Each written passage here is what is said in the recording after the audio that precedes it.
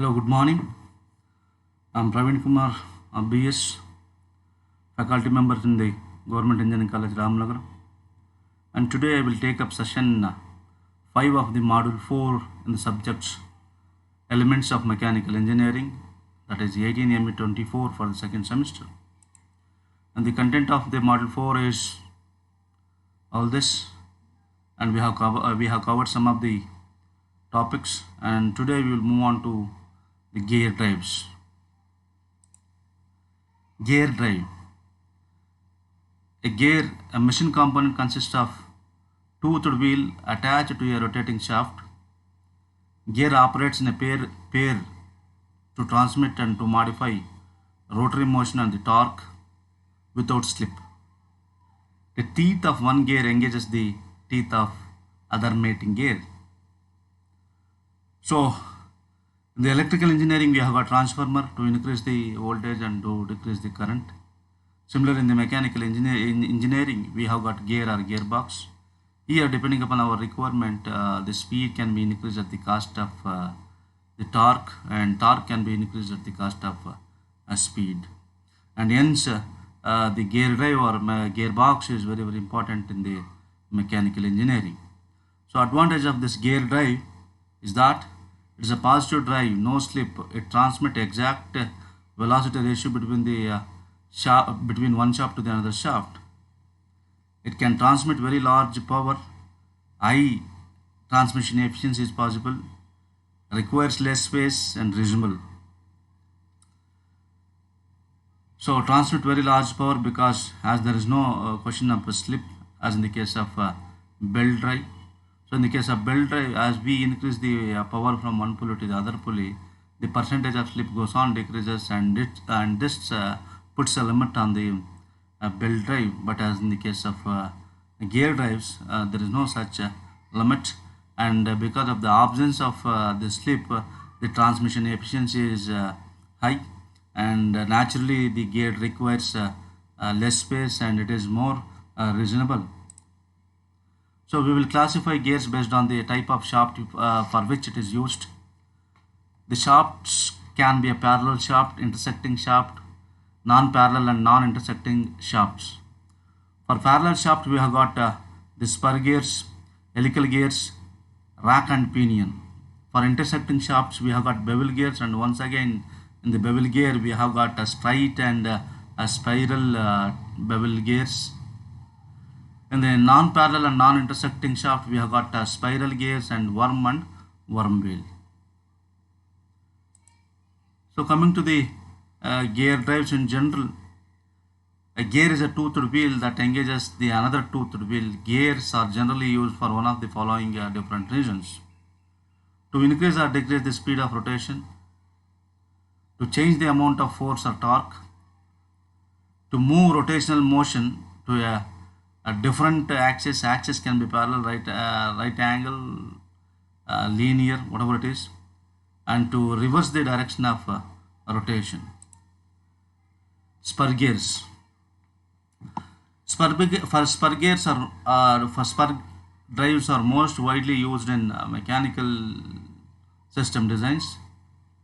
The transmission of power between the two parallel shafts is accomplished by means of the spur gear.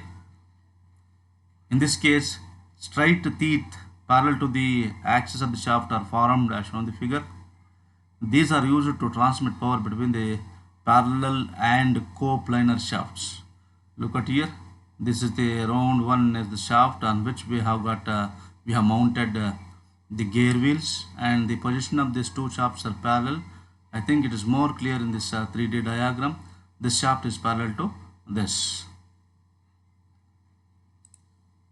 And coming to the characteristics, simplest and most economical type of gear to manufacture, and gear ratio up to 8 is possible in one step, and up to gear 45 it is possible in two steps, and up to 200 it is possible in the 3 step.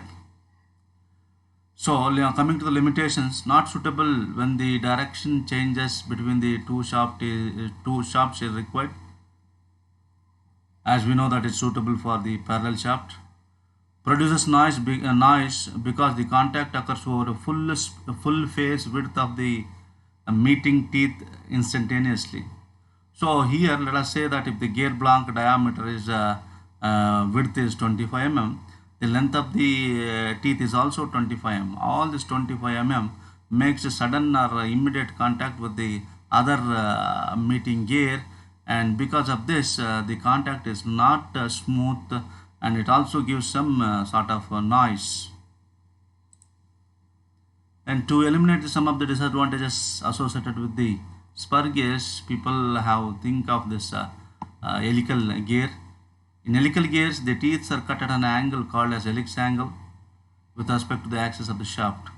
Look at here. This is the axis of the shaft. Here, this is the axis of the shaft. And when you compare the orientation of the teeth with the axis of the shaft, definitely it is at an angle, and that angle is called as helix angle. So because of this helix angle, we have got a set of advantages.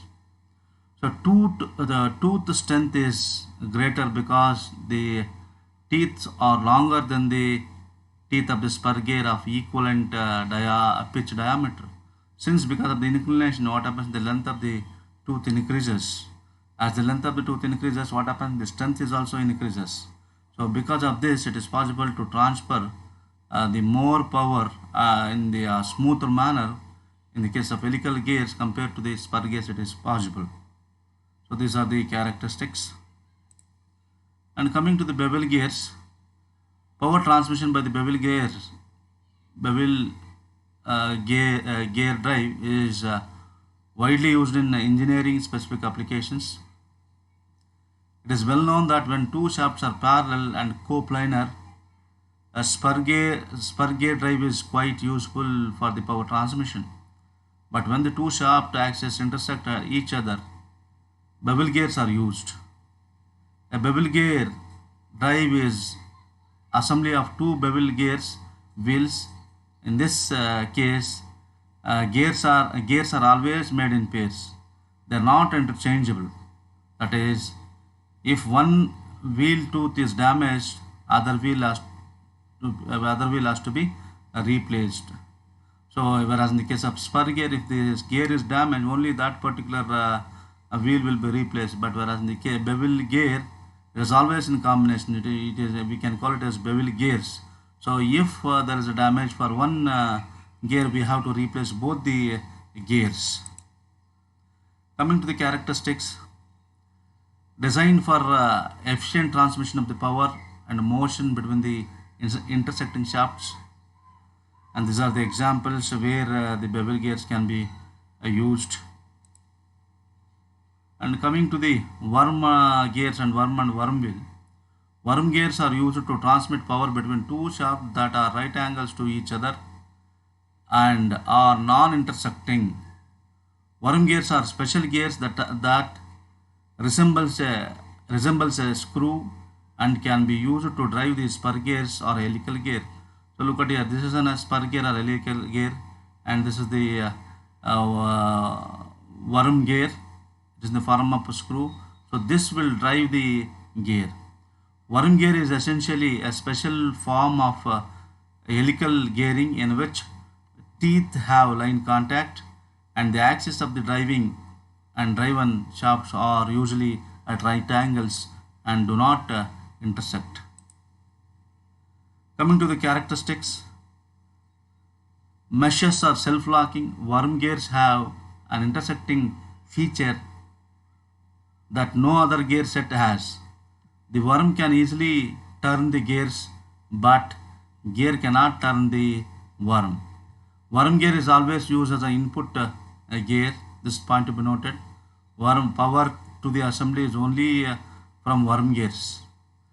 The best suited for applications where the great gear ratio reduction is required between the driving and driven shafts in a very a single step. Limitations: yield low efficiency because of high sliding velocity across the teeth, thereby causing the high frictional losses. When using in high torque application, the friction causes the wear of the gear teeth, and also erosion of the meeting surfaces. So rack and pinion, this is also something like worm gears. It is a special case of spur gear in which one gear is having infinite diameter called as a rack. So the straight one where the teeth are there, it is called as rack, and the circular one, that is the gear, called as pinion. To transmit the rotary motion into a reciprocating motion and vice versa. Some of the applications are lathe machine, drilling machine, and even in the case of measuring instruments.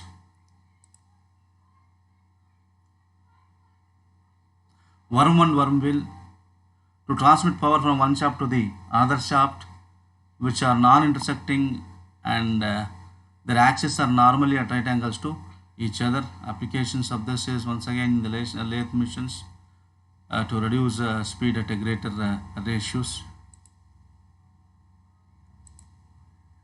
And coming to the gear trains, when two or more gears are made to mesh with each other to transmit power from one shaft to the other shaft, such an arrangement is called as gear trains. Once again, in the gear trains we have two types: simple gear trains and then compound gear trains.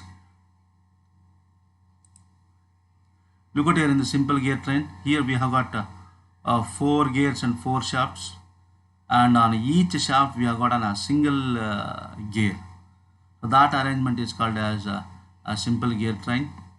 And what he says about the simple gear train is that the most common of the gear trains in the gear pairs connecting parallel shafts. The teeth of this type can be spur helical. The only one gear of each axis. The angular velocity is simply the reverse of the tooth ratio. And then we will move on to the other type, that is compounding gears. In compound gears, train at least one of the shaft in the train must hold 2 gears. The compound gears trains are used when large changes in the speed and power output are needed, and there is only a small space between the input and output shafts. So look at here, we have got 4 gears and 3 shafts. This is driver and this is driven. In between we have got an intermediate shaft. On this we have got the gear 2 and 3. So such an arrangement is called as the compound gears. Coming to some of the disadvantages, the gear drives are costly and maintenance cost is also very high. The manufacturing process for the gears are complicated and high skill is required. The gear drives requires careful attention for lubrication and cleanness. Gear drives also requires precise alignment of the shaft. Always it is important that the distance between the shaft is very important. That influence the performance of the gears. So it cannot be a very high, or it cannot be a very low. So coming to the velocity ratio. So velocity ratio, let us say we have got 4 gears, and N1, N2 are the speed of the first wheel, second wheel, and fourth wheel. So that after simplification, it is N2 by N1, N3 by N4, N4 by N3, and similarly we have got N T1, T2, T3, and T2, 3, 4, T3 and T4. Now for simplification, velocity ratio can be simply a speed of the last wheel and speed of the first wheel, or speed of the driven wheel and speed of the driving wheel, or in terms of teeth, it is number of teeth on the driving and number of teeth on the driven wheel. That thus the velocity ratio, the speed of the last gear or driven gear, and speed of the first gear, that is driver. So that is equal to the number of teeth on the first gear and number of teeth on the last gear. So this is what the velocity ratio. So coming to the MCQs. The gear ratio is defined as the ratio between D1 and D2, T1 and T2. Here we assume that only two gears are there. One is driver, and the two is driven. And in this, which one will give us the velocity ratio? All the three can give us the velocity ratio. The answer is D. To transmit power from one shaft to the other shaft, which are non-intersecting and the axes are normally at right angles to each other, dash gears are recommended. So they are non-intersecting and then they are not normally right angles to each other. So the spur gear, helical gear, bevel gear, and the worm and worm gears are used for this type of applications. And coming to third one, when two or more gears are made to mesh with each other to transmit power from one shaft to the other, such an arrangement is called as spur gear is a single one, helical gear is a single one, bevel gear is a single one.